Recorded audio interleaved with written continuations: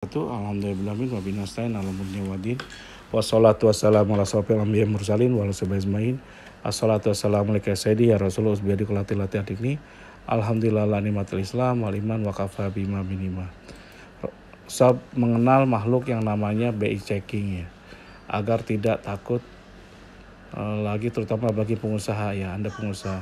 Dulu saya 5-10 tahun yang lalu itu saya sangat takut sekali kalau BI checking saya, jangankan call 3, call 2 aja saya takut gitu. Karena semua aktivitas kredit saya kalau terlambat sedikit pun, sehari 2 hari pun record di situ. Keterlambatan 1 atau 2 hari kelihatan gitu. Dan itu saya tidak mau ketika saya ngajukan kredit ada kebutuhan permodalan ditolak oleh bank. Dulu pinjam itu cicil kewajiban saya tiap bulan sampai 200 sampai 250 mungkin lebih sampai 300 kadang-kadang tiap bulannya. Jadi kalau omset hanya 500 1 miliar saya dalam posisi rugi sob. Jadi omset tiap bulan 20 tahun lalu tuh minimal 2 miliar, 2 miliar udah mulai kelihatan untung. Saya pernah kerjakan satu project vanilla, tangki vanilla di mana nilai satu tangki aja mungkin 60 sampai 100 jutaan gitu. Dan dia sahabat saya pesan sekitar 15 sampai 20 tangki gitu. Dan dia adalah konglomerat salah satu orang kaya tajam belintir di Bali gitu. Punya hotel, punya kapal, punya macam-macam.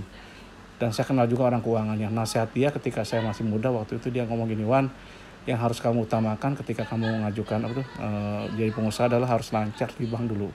Ketika kamu lancar di bank, kamu akan dapat apapun." Contoh saya pernah beli hotel tanpa dia ada uang, dimodali bank 200 sampai 300 miliar, dia jual lagi 600-an gitu, dan untung 2 kali lipat gitu. Dan itu kenapa? Karena lancar posisinya dia.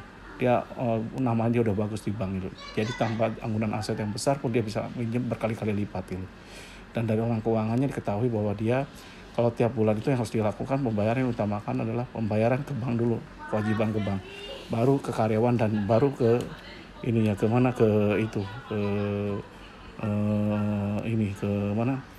ke suppliernya gitu. BI checking adalah momok yang paling menakutkan bagi debitur perbankan, itu karena bank atau lembaga pembiayaan akan cenderung menolak pengajuan kredit yang diajukan debitur jika memiliki catatan riwayat kredit yang buruk dulu. Jadi jika kita memiliki yang buruk itu bermasalah sob. Jadi BI checking ini dapat disebut pula sebagai informasi debitur atau ID ya, yang dihasilkan oleh sistem informasi debitur SID Bank Indonesia. Nah, ID Story ini berisi informasi soal penyediaan dana dan kondisi lancar atau bermasalah mulai dari Rp1 ke atas.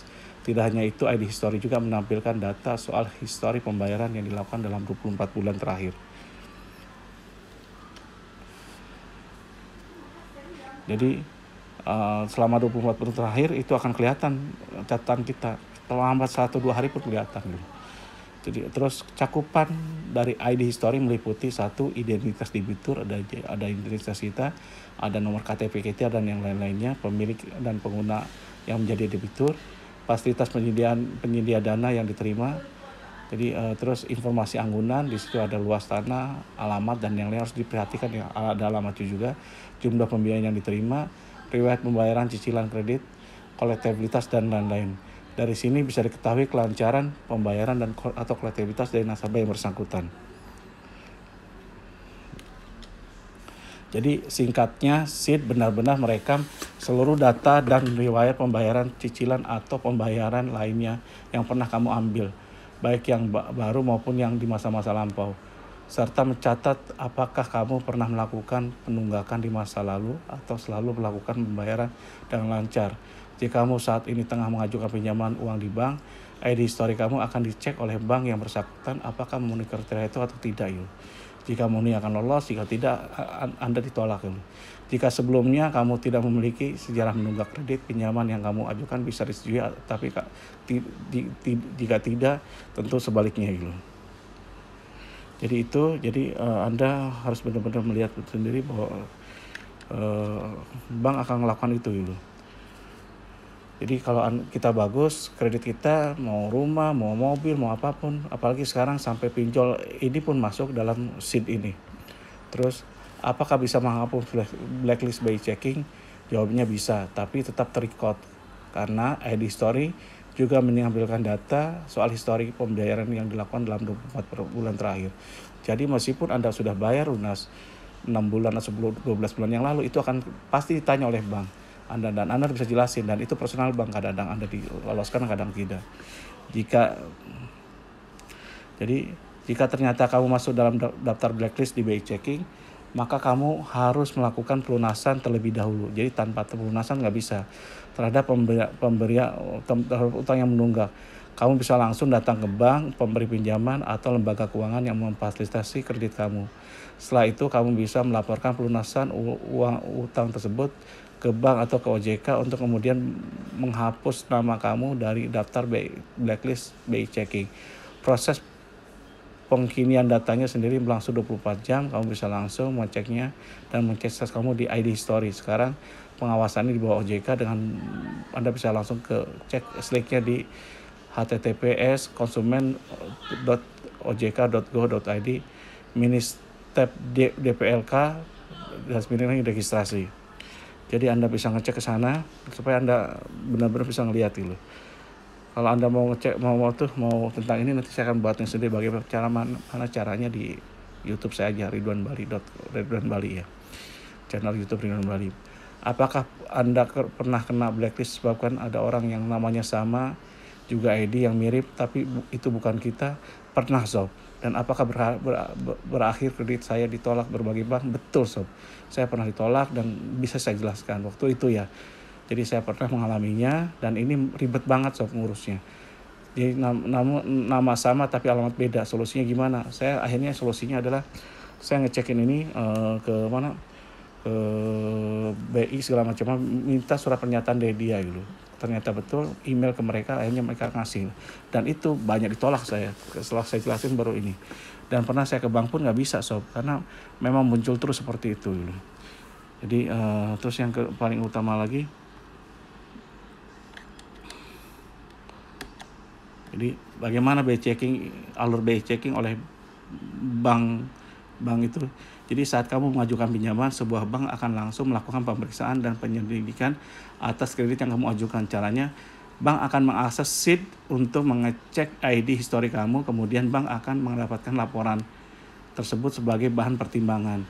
Jika kamu tidak memiliki histori buruk soal pinjaman, bank akan menyetujuinya pengajuan kredit kamu. Jadi nantinya bank juga akan memberikan laporan kepada Bank Indonesia untuk kemudian disimpan dalam sheet. Jadi bank pun akan memberikan laporan ke Bank Indonesia. Cara kerja SLK ya, Sistem Layanan Informasi Kredit. Semua data dari lembaga keuangan, bank, leasing, bahkan sekarang pinjol yang legal pun maupun debitur masuk ke IDAP tadi dan dilaporkan ke sistem informasi di OJK. Dari sini semua informasi dan data yang diterima pada akhirnya akan masuk ke dalam satu server Slick OJK. Dengan adanya sistem ini, petugas pelaporan dan petugas akses informasi debitur bisa menerima data dari jaringan Slick ini. Jadi data debitur yang dilaporkan diklasifikasikan menjadi debitur perorangan dan debitur badan usaha. Jadi semua datanya masuk semua ke sana. Jadi mengetahui Slick OJK yang disukai oleh bank atau skor atau call kredit ya. Ada call 1 sampai call 5. Call 1 atau skor 1 kredit lancar, artinya debitur selalu memenuhi kewajibannya untuk membayar cicilan setiap bulan beserta bunganya hingga lunas tanpa pernah menunggak. Jadi kalau ada tunggakan 1 hari pun akan kelihatan di situ. Terus dan dulu saya mau mempertahankan itu, jangan sampai telat sampai lewat bulan gitu. Makanya orang bank telepon saya terus gitu. Call 2 berarti apa?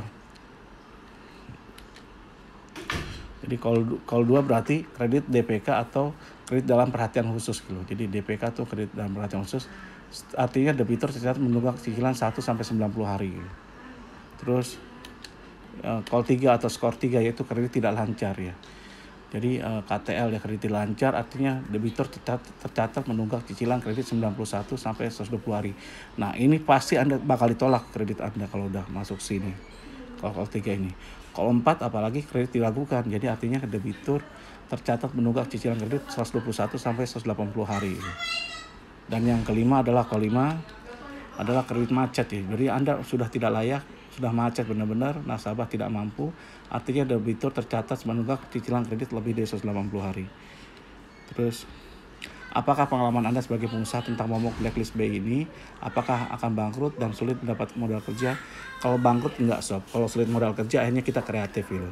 Caranya pembiayaannya apa? Saya alihkan pembiayaannya itu menjadi bukan ini lagi gitu. Jadi bukan itu lagi, bukan dari bank lagi. Lu biasanya kan DP 20%, sisanya kita minjem ke bank gitu. Sekarang enggak, saya DP-nya 5%, mungkin proyeknya saya akan kecilkan gitu. Jadi tidak lagi proyek-proyek yang besar. Solusi ketika kita kena masalah ini apa? Seperti tadi solusinya. Jadi solusinya adalah saya melakukan DP-nya 5%, sisanya pas pelunasan gitu. Jadi bagaimana cara pengajuan SLIK?